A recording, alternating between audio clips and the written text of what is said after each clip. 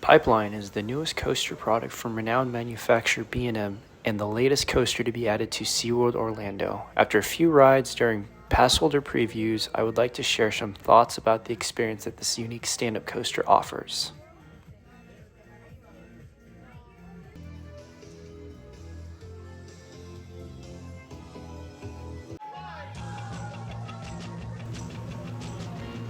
The first launch has a surprising amount of punch and that feels on par in terms of power with the likes of Cheetah Hunt or Hagrid's, and is the most thrilling launch in the park so far. The speed hole in the launch provides a second of wonderful floater airtime, allowing riders' feet to float off the floor of the train. This first moment is where the stand-up aspect makes a huge impact on how the airtime will feel throughout the ride, as it's much more freeing than a typical sit-down coaster. Many have described it as the purest form of airtime, and it may be the closest feeling on a coaster to having experienced parabolic flight on an airplane. After that first sweet moment of airtime, the pull-up into the 110-foot overbank provides riders with about 2 Gs of positive force for a few seconds, pushing the restraints and your legs back down to the floor of the train. The Apex offers a quick moment of sideways lift before descending into an intense valley just over 3 Gs in power, where the second side effect of the restraints becomes clear. The G-forces push your legs into a squatting position, which can be uncomfortable for some, but thankfully, since this coaster does not exceed 4 Gs, it is not an extreme amount of discomfort, and it only lasts a few seconds. What follows next is the highlight element, a large S-hill with nearly 2 seconds of sustained floater all the way through. It is the best element as it showcases the advantage these trains have over traditional airtime-focused coasters. It also allows riders to lift their feet up off the floor for a much longer period of time to experience that pure airtime.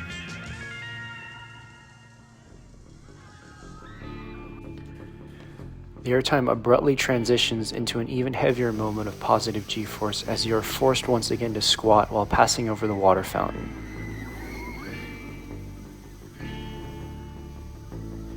The next element, a large corkscrew, sends the train into a near-perfect heartline inversion, receiving minimal lateral force and giving everyone slight hang time at the apex no matter what row you're in.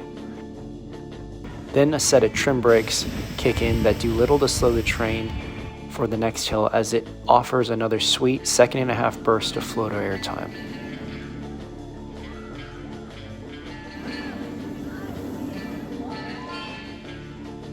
The first helix itself is fairly mild in force compared to the first few moments of positive Gs, but still manages to sustain nearly 2 Gs most of the way through. The second helix provides a similar dose of positives before entering another hill, which provides another second of floater airtime. That hill feels like the weakest on the ride, but is still a decently fun moment, offering a nice break from the positive Gs. A third moderately forceful helix follows before entering the final S-hill, which despite its drawn-out parabolic height, articulates so much that it provides an intense half-second of strong floater airtime. The ride then finishes out with one final moderately forceful turn into a smooth decelerating brake run that concludes the roughly minute of prime ride time. What really makes and breaks this coaster are its 2 across B&M stand-up trains and their quirky design attributes. The ability to have the rider's seats shift with the changing forces of the ride make the airtime unforgettable. No other ride, except maybe a loose restraint on a B&M Hyper coaster, matches that free-floating sensation of Pipeline. However, moments of moderate positive G-forces are when this ride seems to suffer a little, just like every other stand-up. I can see a source of injury of trying to remain standing during high positive moments and feel it is better to conform with the G-forces of the ride and squat. As of mid-May 2023, the B&M rattle is definitely present despite the low mileage of the trains. Depending on the maintenance schedule and whether or not you have a high tolerance to B&M rattles, the train may or may not track the course comfortably.